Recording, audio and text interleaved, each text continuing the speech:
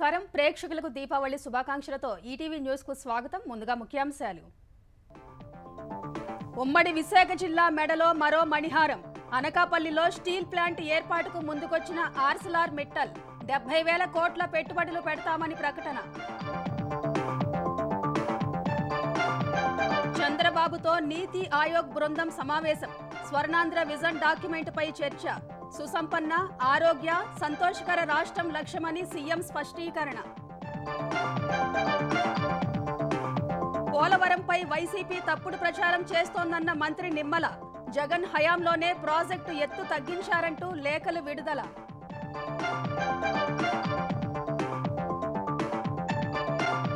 తెలంగాణ సంక్షేమ హాస్టళ్లలో diet, cosmetic ఛార్జీలు 40% పెంపు. 7.5 లక్షలకు పైగా విద్యార్థులకు లబ్ధి.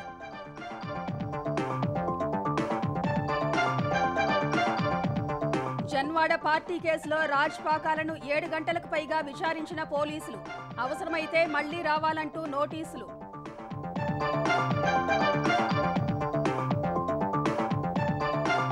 రెండు గిన్నీస్ రికార్డులు నెలకొల్పిన అయోధ్య దీపోత్సవం.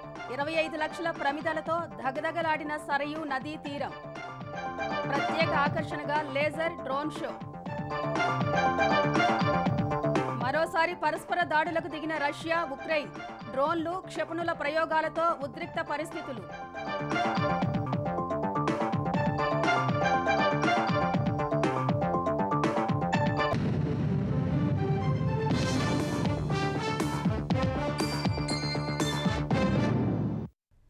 ఉమ్మడి విశాఖ జిల్లా మెడలో మరో మణిహారం చేరనుంది. దేశీయ ఉక్కు రంగంలో దిగ్గజ సంస్థ ఆర్సెలార్ మిట్టల్, జపాన్కు చెందిన Nippon Steels joint venture company 2 దశల్లో పెట్టుబడులు పెట్టేందుకు ఆసక్తి వ్యక్తం చేస్తోంది. మొదటి దశలో 70,000 కోట్లు పెట్టుబడులు పెట్టనున్నట్టు సంస్థ పేర్కొంది. ఏపీ చరిత్రలోనే ఇది భారీ పెట్టుబడి అవుతుందని పారిశ్రామిక వర్గాలు పేర్కొంటున్నాయి. అనకాపల్లి జిల్లా నక్కపల్లి దగ్గర ఇంటిగ్రేటెడ్ స్టీల్ ప్లాంట్ ఏర్పాటు చేస్తామని ఆర్సెలార్ మిట్టల్ సంస్థ ప్రభుత్వానికి ప్రతిపాదన అందించింది. పరిశ్రమ మొదటి దశ నిర్మాణాన్ని 2029 జనవరికి పూర్తి చేసి ఉత్పత్తిలోకి తీసుకురానున్నట్లు అందులో తెలిపింది. సంస్థ ప్రతినిధులు, అధికారుల మధ్య ఇప్పటికే పలు దఫాలుగా సంప్రదింపులు జరిగినట్టు సమాచారం. స్టీల్ ప్లాంట్ తో పాటు క్యాప్టివ్ అవసరాల కోసం పోర్టు, రైల్ యార్డు నిర్మాణానికి ప్రభుత్వ అనుమతులు కోరింది. మొదటి దశలో 7.3 మిలియన్ మెట్రిక్ వార్షిక ఉత్పత్తి సామర్థ్యంతో స్టీల్ ప్లాంట్ ఏర్పాటు చేయనున్నట్లు సంస్థ ప్రతిపాదనల్లో పేర్కొంది. ప్లాంటు నిర్మాణ సమయంలో మరో 25,000 మందికి, తరువాత కార్యకలాపాలు నిర్వహణ కోసం సుమారు 20,000 మందికి ఉపాధి లభించే అవకాశం ఉందని సంస్థ ప్రతిపాదించింది. దీంతో పాటు రెండో దశ ప్లాంటు నిర్మాణ సమయంలో అంతే మొత్తం లేదా అంతకంటే ఎక్కువ మందికి ఉపాధి కల్పించనున్నట్లు తెలిపింది. అనకాపల్లి బల్క్ డ్రగ్ పార్క్ కోసం ప్రతిపాదించిన 2,200 ఎకరాల్ని మొదటి దశ ప్లాంటు నిర్మాణానికి వినియోగించుకునే అవకాశం ఉందని, దీనివల్ల భూసేకరణ పనుల జాప్యం లేకుండా వెంటనే నిర్మాణ పనులు ప్రారంభించడానికి అవకాశం ఉందని సంస్థ పేర్కొంది. టౌన్షిప్ అభివృద్ధి కోసం మరో 440 ఎకరాల్ని కేటాయించాలని ప్రభుత్వాన్ని కోరింది. రెండో దశలో 10.5 మిలియన్ మెట్రిక్ వార్షిక ఉత్పత్తి సామర్థ్యంతో ప్లాంటు నిర్మాణానికి మొదటి దశ ప్లాంటుకు ఆనుకొని ఉన్న మరో 3,800 ఎకరాల్ని కేటాయించాలని ప్రతిపాదించింది. ఒకే చోట 20 నుంచి 24 మిలియన్ మెట్రిక్ వార్షిక ఉత్పత్తి సామర్థ్యమున్న ఉక్కు కర్మాగారం దేశంలోనే మొదటిదవుతుందని పేర్కొంది. క్యాప్టివ్ అవసరాల కోసం పోర్టు నిర్మాణానికి ప్లాంటుకు సమీపంలో 3,000 మీటర్ల పొడవున సముద్ర తీర ప్రాంతాన్ని కేటాయించాలని కోరింది. ఛత్తీస్గఢ్లో ఎన్ఎండీసీకి కేటాయించిన గనుల నుంచి ప్లాంటుకు అవసరమైన ముడి ఖనిజాన్ని తీసుకోనున్నట్లు సంస్థ తెలిపింది. ఆ సంస్థ దగ్గర ప్రస్తుతం ఏటా 17.5 మిలియన్ టన్నుల ముడి ఖనిజం నిల్వలు అందుబాటులో ఉన్నాయని, దీంతో పాటు భవిష్యత్తు అవసరాలకు సరిపడా ముడి ఖనిజాన్ని తవ్వేందుకు సంస్థ ప్రణాళికలు రూపొందించిందని తెలిపింది. ఛత్తీస్గఢ్లోని గనుల వార్షిక ఉత్పత్తి సామర్థ్యం ప్రస్తుతం 46 మిలియన్ టన్నులుగా ఉంది. దీన్ని 2029 నాటికి 96 MMTPAకు పెంచాలని ఎన్ఎండీసీ లక్ష్యం. గనుల విస్తరణకు 50,000 కోట్లను సంస్థ ఖర్చు చేయబోతోంది. ఆ సంస్థ ఉత్పత్తి చేసే ముడి ఖనిజాన్ని విశాఖలోని ప్లాంటు ద్వారా వినియోగించుకునే అవకాశం ఉంటుంది. దీర్ఘకాలిక లక్ష్యాల్ని సాధించేందుకు Arcelor Mittal, Nippon Steels, NMDC AP IIC మధ్య త్రైపాక్షిక ఒప్పందం కుదుర్చుకోవడం వల్ల అందరికీ ప్రయోజనం చేకూరుతుందని ప్రభుత్వానికి పంపిన ప్రతిపాదనల్లో పేర్కొంది. ఉక్కు పరిశ్రమ ఏర్పాటుతో రాష్ట్రంలో అంతర్గత ఆస్తుల అభివృద్ధికి అవకాశం ఉంటుంది. కర్మాగారంలో పనిచేసే ఉద్యోగులు, వారిపై ఆధారపడిన వారితో కలిపి పరిశ్రమకు చుట్టుపక్కల 60,000 నుంచి 80,000 మంది నివసించే అవకాశం ఉందని, క్రమేణా జంషెడ్పూర్, భిలాయ్, బొకారో, విశాఖపట్నం తరహాలో మరో ఉక్కు నగరం అభివృద్ధికి అనువైన వాతావరణం ఏర్పడుతుందని సంస్థ ప్రతిపాదనల్లో తెలిపింది. దీంతో పాటు వివిధ అనుబంధ కంపెనీలు, పరిశ్రమకు అనుసంధానంగా చిన్న, మధ్య తరహా పరిశ్రమలు పెట్టే పెట్టుబడులు రాష్ట్రానికొచ్చే అవకాశం ఉంటుందని పేర్కొంది. ప్రతి కుటుంబం నుంచి ఒక పారిశ్రామికవేత్తను తయారు చేయడం ద్వారా విప్లవాత్మకమైన మార్పు తీసుకురావడమే తన లక్ష్యమని సీఎం చంద్రబాబు స్పష్టం చేశారు. ఏపీ విజన్ డాక్యుమెంట్ 2047పై నీతి ఆయోగ్ సీఈఓ సుబ్రహ్మణ్యం సచివాలయంలో చంద్రబాబును కలిశారు. స్వర్ణాంధ్ర విజన్ డాక్యుమెంట్లో భాగంగా సుసంపన్న, ఆరోగ్యకర, సంతోషకర రాష్ట్రాన్ని తయారు చేస్తామని సీఎం స్పష్టం చేశారు. విజన్ డాక్యుమెంట్ 2047కు సంబంధించిన అంశాలపై ముఖ్యమంత్రి చంద్రబాబు, నీతి ఆయోగ్ సీఈఓ సుబ్రహ్మణ్యం సమావేశమయ్యారు. కేంద్ర ప్రభుత్వ పథకాల అమలు తీరుపై ఈ సమావేశంలో ప్రధానంగా చర్చ జరిగింది. ఆరోగ్యవంతమైన, సంపన్నమైన, సంతోషకరమైన ఆంధ్రప్రదేశ్ కోసం రోడ్ మ్యాప్ గా స్వర్ణాంధ్ర విజన్ డాక్యుమెంట్ 2047 రూపొందించినట్లు సీఎం తెలిపారు. బ్లూ ప్రింట్ లో 1.8 మిలియన్ల మంది పౌరుల అభిప్రాయాలు కూడా ఉన్నట్లు స్పష్టం చేశారు. మొత్తం 12 రంగాల్లోని వివిధ అంశాలను P4తో అనుసంధానించి పేదరిక రహిత ఏపీ సాధించడంపై దృష్టి పెడతామని నీతి ఆయోగ్ సీఈఓకి వివరించారు. ఇందులో భాగంగా అరకు, తిరుపతిని ఆయుర్వేద కేంద్రాలుగా తీర్చిదిద్దుతామన్నారు. అమరావతి, తిరుపతి, వైజాగ్, కర్నూలు, కాకినాడ, నెల్లూరు గ్రోత్ హబ్బులుగా ఉన్నాయన్నారు. రాష్ట్రంలో 3 కోస్తా ప్రాంత ఆర్థిక ప్రాంతాలు, 15 రంగాల్లో 3 ఆర్థిక కారిడార్లలో 25 పారిశ్రామిక జోన్లు ఉన్నట్లు స్పష్టం చేశారు. జీరో స్కూల్ డ్రాపౌట్స్, నాణ్యమైన విద్య, ఉపాధి అవకాశాలు కల్పించాలని నిర్ణయించినట్టు చెప్పారు. మెరుగైన వైద్యం, రైతుల ఆదాయాన్ని పెంచడం లాంటి అంశాలపై దృష్టి పెడతామన్నారు. గతంలో ఒక కుటుంబానికి ఒక ఐటీ నిపుణుడు ఉండాలని ప్రణాళిక చేశామని, తద్వారా తలసరి ఆదాయం, జీవన నాణ్యతను మెరుగుపరిచామని తెలిపారు. ఇప్పుడు ఒక కుటుంబం, ఒక పారిశ్రామికవేత్త అనే నినాదంతో విప్లవాత్మకమైన మార్పు తీసుకురావడమే ప్రభుత్వ లక్ష్యమని సీఎం స్పష్టం చేశారు. ఏడాదికి 15% వృద్ధి రేటు సాధన లక్ష్యంగా స్వర్ణాంధ్ర విజన్ డాక్యుమెంట్ 2047 ప్రణాళిక రూపొందించినట్లు సీఎం వివరించారు. 2047 నాటికి $2.4 ట్రిలియన్ ఎకానమీగా ఏపీ అభివృద్ధి లక్ష్యంగా విజన్ డాక్యుమెంట్ ను రాష్ట్ర, జిల్లా, నియోజకవర్గాల స్థాయిలో రూపొందించినట్లు స్పష్టం చేశారు. ప్రభుత్వ ప్రాధాన్యాలైన పేదరిక నిర్మూలన, ఈజ్ ఆఫ్ లివింగ్, సామాజిక మౌలిక సదుపాయాల అభివృద్ధి, డెమోగ్రాఫిక్ మేనేజ్మెంట్, డేటా సెంటర్, కృత్రిమ మేధ వంటి గ్రోత్ ఇంజిన్లతో వృద్ధి రేటు సాధించేలా ఈ ప్రణాళికలు రూపొందాయని, వీటిని సమర్థంగా అమలు చేసేలా కార్యాచరణ చేసినట్లు సమావేశంలో సీఎం స్పష్టం చేశారు. బుడమేరు వరదల్లో దెబ్బతిన్న వాహనదారులకు బీమా చెల్లింపులకు సంబంధించి పెండింగులో ఉన్న దరఖాస్తులను 15 రోజుల్లోపు పూర్తి చేయాలని బీమా సంస్థల ప్రతినిధులను, ప్రభుత్వ అధికారులను సీఎం చంద్రబాబు ఆదేశించారు. రాష్ట్రంలో ఇటీవల వచ్చిన వరదలకు సంబంధించి చేపట్టిన సహాయక చర్యలు, బాధితులకు పంపిణీ చేసిన పరిహారంపై అధికారులతో సమీక్ష నిర్వహించిన సీఎం వరద ప్రభావిత జిల్లాల కలెక్టర్లతో కూడా వీడియో కాన్ఫరెన్స్ నిర్వహించి ఆ జిల్లాల పరిస్థితిని సమీక్షించారు. అర్హులైన ప్రతి ఒక్కరికి సాయం అందించాలనే ప్రయత్నంలో తాము ఉన్నామని, చివరి బాధితుడి వరకు ప్రభుత్వ సాయం చేరుతుందని సీఎం అన్నారు. ఎన్టీఆర్ జిల్లాలో వరదలకు నష్టపోయిన వాహనదారులకు బీమా చెల్లింపు దరఖాస్తుల్లో ఇంకా 262 పెండింగ్లో ఉండటంపై సీఎం అసంతృప్తి వ్యక్తం చేశారు. పెండింగ్లో ఉన్న క్లెయిమ్ దరఖాస్తులన్నీ 15 రోజుల్లో పరిష్కరించి బాధితుల ఖాతాలో బీమా సొమ్ము జమ చేయాలని బీమా సంస్థల ప్రతినిధులు, అధికారులకు స్పష్టమైన ఆదేశాలిచ్చారు. ఏపీలో వ్యవసాయ, ఫుడ్ ప్రాసెసింగ్, విద్యారంగాల్లో పెట్టుబడులు పెట్టేందుకు యోగా గురు బాబా రామ్దేవ్ ముందుకు వచ్చినట్లు సీఎం చంద్రబాబు తెలిపారు. సచివాలయంలో బాబా రామ్దేవ్ సీఎంతో భేటీ అయ్యారు. రాష్ట్ర వ్యాప్తంగా వెల్నెస్ సెంటర్ల ఏర్పాటుపై కూడా బాబా రామ్దేవ్తో చర్చించినట్టు సీఎం ఎక్స్లో పోస్ట్ చేశారు. తెలంగాణ ప్రభుత్వం వసతి గృహ విద్యార్థుల డైట్, కాస్మెటిక్ ఛార్జీలను 40% మేర పెంచింది. గురుకులాలు, సంక్షేమ హాస్టళ్లలోని 3వ తరగతి నుంచి 7వ తరగతి విద్యార్థుల డైట్ ఛార్జీలను 950 నుంచి 1330కి, కాస్మెటిక్ ఛార్జీలను ₹55 నుంచి ₹175కి పెంచింది. ఇక 8వ తరగతి నుంచి 10వ తరగతి విద్యార్థుల డైట్ ఛార్జీలను 1100 నుంచి 1540కి, కాస్మెటిక్ ఛార్జీలను ₹75 నుంచి ₹275కు పెంచింది. ఇంటర్ నుంచి పీజీ విద్యార్థుల డైట్ ఛార్జీలను 1500 నుంచి 2100కి పెంచుతూ ఉత్తర్వుల్లో పేర్కొంది. రాష్ట్ర వ్యాప్తంగా గురుకులాలు, సంక్షేమ హాస్టళ్లలోని 7,65,705 మంది విద్యార్థులకు కొత్త డైట్, కాస్మెటిక్ ఛార్జీలు వర్తించనున్నాయి. సచివాలయం భద్రత విషయంలో తెలంగాణ ప్రభుత్వం కీలక మార్పులు చేసింది. సచివాలయం భద్రతా బాధ్యతలను రాష్ట్ర ప్రత్యేక భద్రతా దళం టీజీఎస్పీఎఫ్కు అప్పగించింది. సచివాలయం వద్ద భద్రతను మొదట్లో ఎస్పీఎఫ్ నిర్వహించేది. గతేడాది ఏప్రిల్ 25న భద్రత నిర్వహణను ప్రత్యేక పోలీస్ విభాగం టీజీఎస్పీకి అప్పగించారు. భద్రత, అగ్ని ప్రమాదాల నుంచి రక్షణ వంటి పలు అంశాల్లో ప్రత్యేక శిక్షణ పొందిన ఎస్పీఎఫ్కు సచివాలయం భద్రత బాధ్యతలు అప్పగించాలని ఆగస్టు 5న డీజీపీ ప్రతిపాదించారు. ఈ ప్రతిపాదనలను పరిగణలోకి తీసుకున్న ప్రభుత్వం భద్రతా బాధ్యతలను టీజీఎస్పీ నుంచి తీసుకోవాలని ఎస్పీఎఫ్ను ఆదేశించింది. ఈ మేరకు సీఎస్ శాంతికుమారి ఇవాళ ఉత్తర్వులు జారీ చేశారు.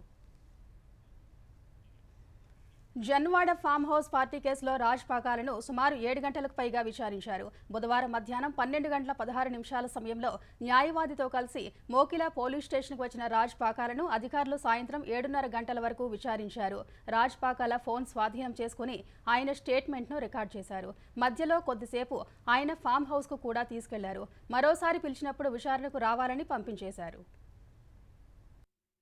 జన్వాడ ఫామ్ హౌస్ పార్టీ కేసులో మాజీ మంత్రి కేటీఆర్ బావమరిది రాజ్ పాకాలను పోలీసులు సుదీర్ఘంగా విచారించారు. ఈ నెల 26న రాత్రి జరిగిన పార్టీ గురించి కొన్ని ఆధారాలు సేకరించిన పోలీసులు వాటి ఆధారంగానే విచారించినట్లు తెలుస్తోంది. పార్టీలో పాల్గొన్న వారిలో విజయ్ మద్దూరి కొకైన్ తీసుకున్నట్లు డ్రగ్స్ పరీక్షల్లో తేలింది. కొకైన్ ఎక్కడిదని ప్రశ్నించగా రాజ్ పాకాల ఇస్తేనే తాను తీసుకున్నట్లు విజయ్ చెప్పాడని పోలీసులు ఎఫ్ఐఆర్లో పేర్కొన్నారు. విజయ్ మద్దూరి చెప్పిన వివరాల ఆధారంగా కొకైన్ ఇచ్చారా లేదా అనే దానిపై రాజ్ పాకాల నుంచి సమాధానం రాబట్టిన తెలుస్తోంది. క్యాసినోల్లో వినియోగించే పోకర్ కాయిన్లు, పేక ముక్కలు పార్టీలో లభ్యమయ్యాయి. ఎక్కడి నుంచి తెప్పించారని ఆరా తీసినట్లు తెలుస్తోంది. పోలీసులు రాజ్ పాకాలను విచారించడంతో పాటు పార్టీ జరిగిన జన్వాడ శివార్లోని ఫామ్ హౌస్ కు ఏవైనా ఆధారాలు లభిస్తాయనే కోణంలో ఆయన్ను తీసుకెళ్లారు. గంటపాటు అక్కడే ఉండి అనంతరం మళ్లీ పోలీస్ స్టేషన్ కు తీసుకొచ్చి విచారించారు. పోలీసులు అడిగిన ప్రశ్నలకు సమాధానం చెప్పినట్లు విచారణ అయిపోయిన తర్వాత రాజ్ పాకాల తెలిపారు. ఫామ్ హౌస్ లో జరిగింది ఫ్యామిలీ పార్టీ అని చెప్పారు.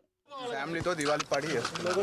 దాన్ని ఒక పెద్ద ఏదో పార్టీ అని మీరు ఇంతగానో ఎందుకు చిత్రీకరిస్తారో నాకు అర్థం. విజయ్ మద్దూరికి నా పార్టీకి నాకేం సంబంధం? నా పార్టీ నేను చేసుకున్నాను. ఆయన వచ్చినాడు పార్టీకి. ఆయన ఎవరో ఒక వ్యక్తి పాజిటివ్ వస్తే ఏదో పెద్ద భూతత్వంలో మీరు చూపించి ఏదో చిత్రీకరించడము రైట్ కాదండి. అది ఒక ఫ్యామిలీని మీరు చాలా డిస్టర్బ్ చేస్తున్నారు. మా మదరు, మా wife, they are totally distressed. ఆయన ఏమన్నారు? మేము పార్టీకి వచ్చినా పార్టీకి వెళ్ళామని తప్పిస్తే ఆయన స్టేట్మెంట్ ఇచ్చింది ఎక్కడ లేదు.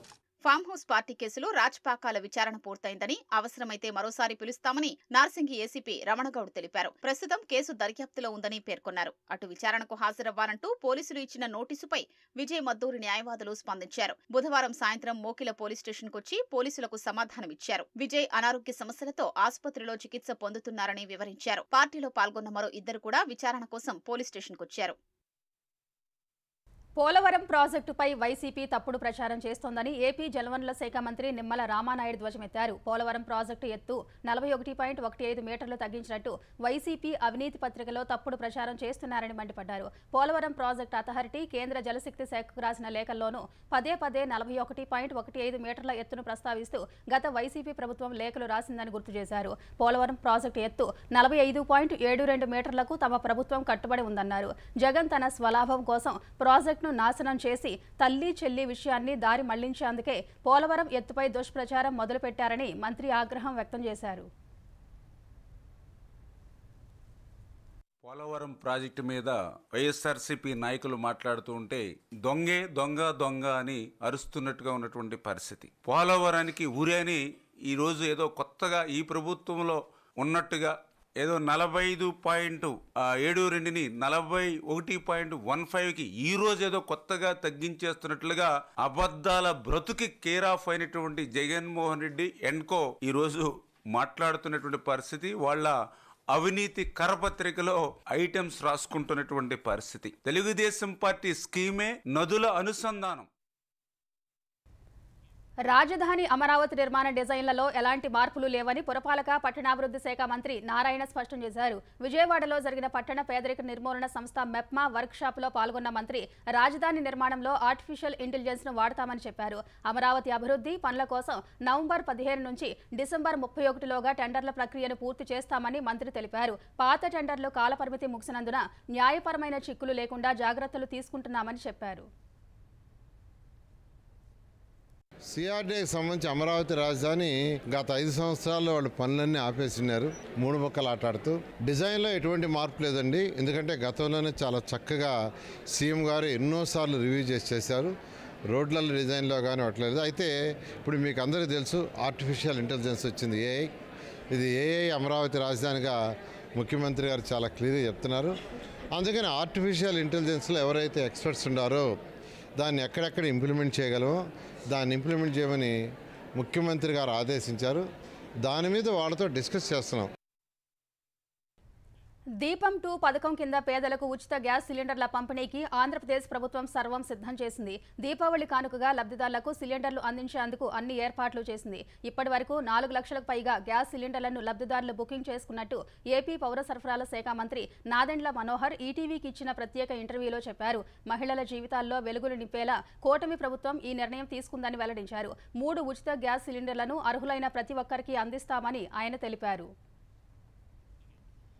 తెలంగాణ ప్రభుత్వంలో అవినీతి వసూళ్లు జరుగుతున్నాయని, పరిపాలన మాత్రం సరిగ్గా కొనసాగడం లేదని బీజేపీ శాసనసభ పక్షనేత ఏలేటి మహేశ్వర్ రెడ్డి ఆరోపించారు. కాంగ్రెస్ ప్రభుత్వంలో అన్ని అంశాలు అవినీతిమయమయ్యాయని, పాలన గాడి తప్పిందని మండిపడ్డారు. ప్రభుత్వం తీసుకొచ్చిన జీవో 27 అవినీతికి ఆస్కారం ఇచ్చేలా ఉందని ఆక్షేపించారు. కాంగ్రెస్ కు కాంట్రాక్టర్లపై ఎందుకంత ప్రేమని మహేశ్వర్ రెడ్డి ప్రశ్నించారు. గతంలో సివిల్ సప్లైపై 18 ప్రశ్నలతో లేఖ రాసినట్టు గుర్తు చేశారు. ధాన్యం కొనుగోలు సరిగ్గా చేయడం లేదని దుయ్యబట్టారు. రాష్ట్రంలో అవినీతికి లంచాలకు కూడా అగ్రిమెంట్లు చేసుకున్న దుస్థితి నెలకొందని మహేశ్వర్ రెడ్డి ఆరోపించారు. 27 తీసుకొచ్చి ఏబీసీ కేటగిరీ అట, మళ్ళీ అదే మిర్రర్లకు ఈ ప్యాడీ ప్రొక్యూర్మెంట్ ఇచ్చే విధంగా ఒక జీవో తీసుకొచ్చింది. మరి గతంలో ఇచ్చినటువంటి ప్యాడీ వాళ్ళ దగ్గర నుంచి మీరు రియలైజ్ చేస్తామన్నటువంటి ప్యాడీ ఇప్పటివరకు రియలైజ్ చేయలేదు కదా. 23 మే 2024 లోపల 35 లక్షల మెట్రిక్ టన్నుల ధాన్యాన్ని ఈ కాంట్రాక్టర్లు లిఫ్ట్ చేసి డబ్బులు ప్రభుత్వానికి కట్టాల. మరి అలాంటి కాంట్రాక్టర్ల మీద మీకు ఎందుకు ప్రేమ ఉన్నది? ఈ డేట్ అయిపోయిన తర్వాత కూడా 5 నెలలు గడుస్తున్నా వారి మీద చర్యలు ఎందుకు తీసుకోలేదు? తెలంగాణలో వ్యవసాయ విస్తరణ అధికారులతో ఆ శాఖ principal secretary Raghunandan Rao, director Gopi సచివాలయంలో జరిపిన చర్చలు విఫలమయ్యాయి. చర్చలలో ఎలాంటి స్పష్టమైన హామీ ఉన్నతాధికారుల నుంచి రాకపోవడంతో మధ్యలోనే బహిష్కరించి వచ్చినట్టు ఏఈఓలు తెలిపారు. డిజిటల్ క్రాఫ్ట్ సర్వే చేయడం లేదని, తమను ఉన్నతాధికారులు వేధిస్తున్నారని వారు ఆందోళన వ్యక్తం చేశారు. మహిళల భద్రతపై కనీసం కనికరం చూపడం లేదని ఆవేదన వ్యక్తం చేశారు. సస్పెండ్ చేసిన ఏఈఓలను విధుల్లోకి తీసుకుంటామని, సమస్యలను పరిష్కరిస్తామని హామీ ఇచ్చిన ఉన్నతాధికారులు చర్చల సందర్భంగా మాట మార్చారని తెలిపారు. మీరే అసిస్టెంట్లు, మీకెందుకు అసిస్టెంట్లు అంటూ ప్రిన్సిపల్ సెక్రటరీ మాట్లాడడంపై ఏఈఓలు ఆగ్రహం వ్యక్తం చేశారు. తమ డిమాండ్లపై రాష్ట్ర ప్రభుత్వం మొండిగా వ్యవహరిస్తే దీపావళి తర్వాత స్పష్టమైన కార్యాచరణ ప్రకటిస్తామని స్పష్టం చేశారు. ఐఏఎస్ అమోయ్ కుమార్ సహా మరో 2 ఐఏఎస్లు నవీన్ మిట్టల్, సోమేష్ కుమార్ పై హైదరాబాద్ కొండాపూర్కు చెందిన బాధితులు రాఘవయ్య, సురేష్ ఈడీకి ఫిర్యాదు చేశారు. 1959లో తమ తాత సీతారామయ్య కొనుగోలు చేసిన భూమిని 2004 అర్బన్ ల్యాండ్ సీలింగ్లో ప్రభుత్వం స్వాధీనం చేసుకుందని రాఘవయ్య తెలిపారు. 88 ఎకరాల భూమిలో యుఎల్సీ నిబంధనల ప్రకారం యాజమాన్యం కుటుంబాలకు 15 ఎకరాలు అప్పటి ప్రభుత్వం కేటాయించిందన్నారు. ఆ భూమిని అప్పటి సీఎస్ సోమేష్ కుమార్, నవీన్ మిట్టల్, అమోయ్ కుమార్ రాత్రికి రాత్రే జీవోలు తీసుకువచ్చి వేరే వాళ్లకు బదిలీ చేశారని బాధితులు ఆరోపించారు. అక్రమాలకు పాల్పడిన ఐఏఎస్లపై చర్యలు తీసుకుని తమకు న్యాయం చేయాలని కోరారు. ఇది 2004లో నాకు ఏపీ గవర్నమెంట్ ఉన్న మ్యాప్ ప్రకారం నాకు వచ్చిందండి. ఈ 3 ఐఏఎస్ అధికారులు, అమీన్ కుమార్, నవీన్ మిట్టల్ గారు, సోమేష్ కుమార్ గారు, 3 ఐఏఎస్ ఆఫీసర్ అధికారులు దీంట్లో హస్తం ఉన్నారు.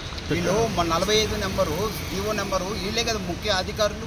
ఈ 3 అధికారులు ఉంటే కనుక జీవో వీళ్ళ సంవత్సరాలతో సంతకాలు చేసిన సంవత్సరాలతో ఉన్నాయి కదా ఇక్కడ జీవోలు.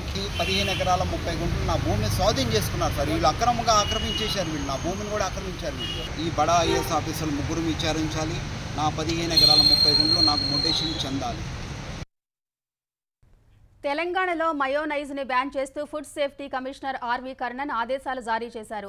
గుడ్డుతో తయారు చేసిన మయోనైజ్ అమ్మకాలు నిల్వ చేయడాన్ని నిషేధిస్తున్నట్టు పేర్కొన్నారు. ఏడాది పాటు ఈ నిషేధం అమల్లో ఉంటుందని స్పష్టం చేశారు. గుడ్డులోని పచ్చసొనను నూనె, వెనిగర్, నిమ్మరసంతో కలిపి మయోనైజ్ ని తయారు చేస్తారు. శాండ్విచ్లు, సాలడ్లు, స్నాక్స్, షావర్మా వంటి ఆహార పదార్థాల్లో అయితే సరైన పద్ధతుల్లో ఎక్కువగా మయోనైజ్ ను వినియోగిస్తుంటారు. పచ్చి గుడ్డుతో తయారు చేసిన మయోనైజ్ ఫుడ్ పాయిజన్ కు కారణమవుతోందన్న అనుమానాలు వ్యక్తం చేస్తూ గత కొన్ని నెలలుగా ఫిర్యాదులు అందినట్టు ఉత్తర్వుల్లో పేర్కొన్నారు. ఈ నేపథ్యంలో రాష్ట్రంలో మయోనైజ్ వినియోగాన్ని ఏడాది పాటు నిషేధిస్తున్నట్టు ఫుడ్ సేఫ్టీ కమిషనర్ ఆదేశాల్లో పేర్కొన్నారు. బాలరాముడు కొలువుదీరిన అయోధ్యలో గత రాత్రి దీపావళి సంబరాలు కన్నుల పండుగగా జరిగాయి. సరయూ నదీ తీరంలోని 55 ఘాట్లలో భక్తులు 25 లక్షలకు పైగా మట్టి ప్రమిదల్లో దీపాలు వెలిగించారు. ఈ సంబరాలు 2 గిన్నీస్ రికార్డులు సాధించాయి. యూపీ టూరిజం విభాగం ఆధ్వర్యంలో భక్తులు ఏకకాలంలో 25,12,585 దీపాలను వెలిగించి సరికొత్త గిన్నీస్ రికార్డు సాధించారు. అదేవిధంగా 1121 మంది వేదాచార్యులు ఏకకాలంలో హారతి ప్రదర్శించి మరో గిన్నీస్ రికార్డు సృష్టించారు. ఈ మేరకు గిన్నీస్ వరల్డ్ రికార్డ్స్ న్యాయ నిర్ణేత ప్రవీణ్ పటేల్ రికార్డులను ప్రకటించారు. గత 8 ఏళ్లుగా సరయూ నదీ తీరంలో దీపోత్సవం నిర్వహిస్తున్న ఉత్తరప్రదేశ్ ప్రభుత్వం ఈసారి అత్యంత వైభవంగా వేడుకలు జరిపింది. అయోధ్య ఆలయ ప్రాణ ప్రతిష్ఠ తర్వాత తొలి దీపావళి కావడం వల్ల దీపోత్సవాన్ని అట్టహాసంగా నిర్వహించింది. వేడుకల సందర్భంగా లేజర్, డ్రోన్ షోలు ప్రత్యేక ఆకర్షణగా నిలిచాయి. Myanmar, Nepal, Thailand, Malaysia, Cambodia, Indonesia భారతీయ కళా ప్రదర్శనలు సైతం ఆకట్టుకున్నాయి.